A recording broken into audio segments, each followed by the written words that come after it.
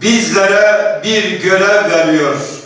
Ey inandım diyen, ben Müslümanım diyen bahtiyar kul, senin bir görevin var. Ve katiluhum, onlarla mücadele edin. Onlarla cehd edin. Gayret edin. Uyanık olun. Kimdir bunlar? Kimlerdir bunlar? Bunların derdi nedir? Amacı nedir? Gayesi nedir? Hatta la tekune fitne. Sizin birinci göreviniz şu yeryüzünde, şu arz üzerinde fitneden eser kalmayıncaya kadar onlarla mücadele edin. Fitneden eser kalmayacak. Yeryüzünde fitneden eser kalmaması demek, bir bakıma cenneti inşa etmek demektir. Mümin adam cennet davetçisi adamdır. Cennetin havasına uymayan her ortamda fitne demektir. İşte bu fitneye karşı mümin adam uyanık olacak. Hatta la tekune fitne. Fitneden zerre kalmayıncaya kadar. Yani Yüce Yaradan yeryüzünde fitne kalmayıncaya, temel insan haklarına aykırı tüm fesat odakları kurutuluncaya kadar mücadele edin. Nedir fitne? Fitne küfür ve şirk demektir. Nedir fitne? Yeryüzünde Allah'a isyan bayrağının çekilmesidir fitne. Nedir fitne? Yeryüzünde Allah'a kamil manada kulluğun yasaklanmasıdır fitne. Allah'ın rızasına geçit vermemenin adıdır fitne. Nedir fitne? Allah'ın dinini ve yasalarını çiğnemenin adıdır fitne.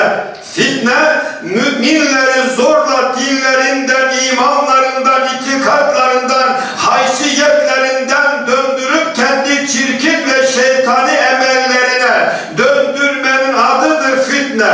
Bugün İslam coğrafyasında zalim ve zorbacılar insan temel hak ve özgürlüklerini ayaklar altına alıp çiğnemeler fitne değil mi? Allah Celle Celaluhu vel fitnetu ekberu minel kat vel fitnetu eşeddu minel kat. Farklı ayetlerde böyle anlatır. Fitne çıkartmak adam öldürmekten de beterdir. Bir insanı imanından, itikatından, camisinden almak onu öldürmekten daha beterdir. Bugün Doğu Türkistan'da o mazlum kardeşlerimizin itikatlarından, edeplerinden, iffetlerinden alıkoymak için o komünist Çin zulmünün neler yaptığını bugün bilmeyen kaldı mı? Ama bütün bunlara rağmen ses çıkmaz, soluk çıkmaz. Peki bu da bir fitne değil de nedir? Bir insanı özünden, itikadından, iffetinden, edebinden, hayasından, kendi değerlerinden uzaklaştırmanın, onlara mani olmanın adı fitne değil de nedir? Camisinin kapısına kilit vurmak, bir Müslüman kadının iffetiyle, tesettürüyle sokağına çıkmasına engel olmak fitne değil de nedir? İşte Yüce Yaradan vel fitnetu eşeddu minel kat. Bu fitne adam öldürmekten, bir insanın canına kastetmekten daha beterdir. Bir mümin adamın imanına, itikadına, iffetine mani olmak mümini öldürmekten beterdir. Çünkü mümini ayakta tutan onun imanıdır. Mümini ayakta tutan onun edebidir, onun hayasıdır, onun itikatıdır. Bunlar yoksa yaşamanın anlamı nedir ki? Yüce Yaradan vellezine keferu ba'duhum evliya bak. Ey iman edenler, o kafirler var ya kafirler, onlar bazılarının dostudur. Bazı devletler, bazı kafir devletler birbirlerinin dostudurlar. Onlar birbirlerine sırdaştırlar. Onlar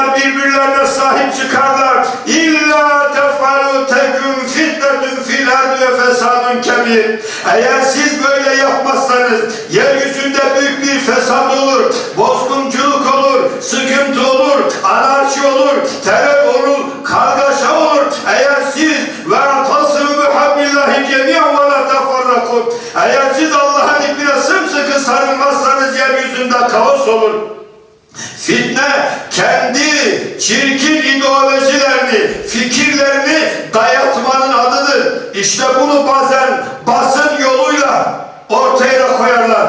Bundan muvaffak olamazlarsa şiddete başvururlar. Bunda da muvaffak olamazlarsa işgal etme noktasına cesaret ederler. İşte tıpkı 15 Temmuz'da istediklerini elde edemeyince içeride ve dışarıdaki zalim zorbacılar el birlik ettiler. O Çanakkale'de yapamadıklarını 15 Temmuz'da yapmak için iç ve dıştaki ne kadar hain varsa üzerimize geldiler. Ne istiyorlardı? Bizi özümüzden döndürmek, dilimizden döndürmek, bizi bizden alıkoymak, fitne çıkartmak, kaos ortamı meydana getirmek ve böylece kendi çirkin dünyalarını mamur etmek istediler.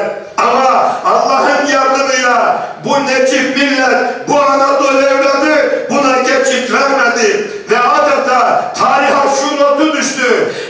Dün Çanakkale'de gelen zalim zorbacılar, Kurtuluş Savaşı'nda gelenler, 15 Temmuz'da gelenler, nereden gelirseniz gelin, tamamınız gelin, Allah'ın yardımıyla siz bize mani olamayacaksınız, yüreğimizdeki imana mani olamayacaksınız, minaremizdeki ezana mani olamayacaksınız, Allah'ın yardımıyla bu ümmeti siz dize getiremeyeceksiniz.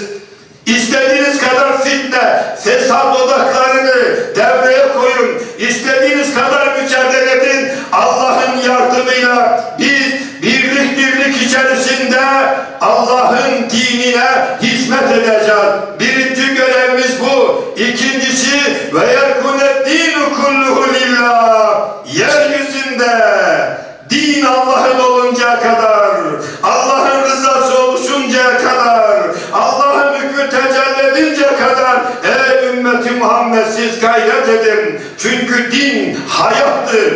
Din yaşama biçimidir.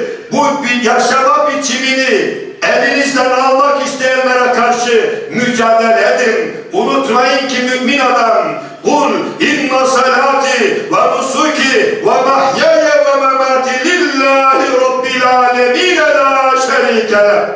Muhammed'imdeki benim ibadetim, benim namazım, bütün ibadet ve taatlarım, hayatım, ölümüm, eşi benzeri olmayan alemlerin Rabbi Allah içindir.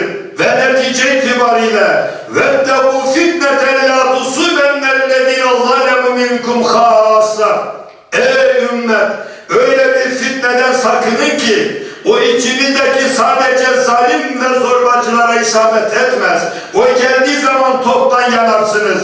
O geldiği zaman toptan sıkıntıya düşersiniz.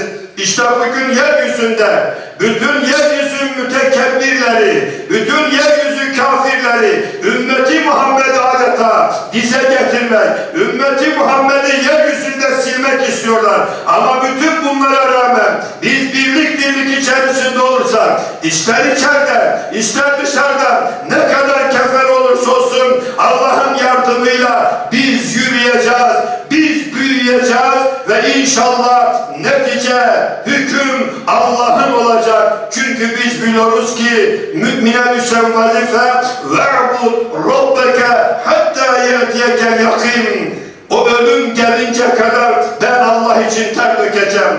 Ölüm gelince kadar Allah'ın dinini haykıracağım. Ölüm gelince kadar Allah'ın dinini hayatıma hakim kılacağım. Yeryüzünde zalim ve müstekbirlerle mücadele edeceğim. Çünkü Allah Celle Celaluhu bu görevi bize veriyor. Bir, yeryüzünde fitneden eser kalmayıncaya kadar. İki, din tamamen Allah'ın oluncaya kadar onlarla mücadele edin. Eğer gavurluklarından vazgeçin. vazgeçerlerse, eğer zulümlerinden, fitnelerinden vazgeçerse فَاِنَّ اللّٰهُ وَيَعْمَلْنَ basir. Allah her şeyi bilendir, Allah her şeyi görendir. وَاَعْلَمُوا اَنَّمَا اَوْلَادُكُمْ وَاَوْلَادُكُمْ fitne diyor ya Allah. Yani fitnenin o kadar farklı çeşitleri var ki, ama ne olursa olsun, ister bu evlat imtihanı olsun, ister mal imtihanı olsun, ister farklı şekillerde imtihanlar olsun, ne olursa olsun siz Allah için olun, Allah için dik durun, Allah için ayakta olun, Allah için uyanık olun. Çünkü Allah sizinle beraberdir. Yüce Rabbimiz, eğer onlar gavurluklarına devam ederlerse, fitnelerine devam ederlerse, hile tuzaklarına devam ederlerse, bilin ki sizin sahibiniz Allah'tır. Yardımcınız Allah'tır, koruyucunuz Allah'tır. Sahibi Allah olanın da sırtı yere gelmez.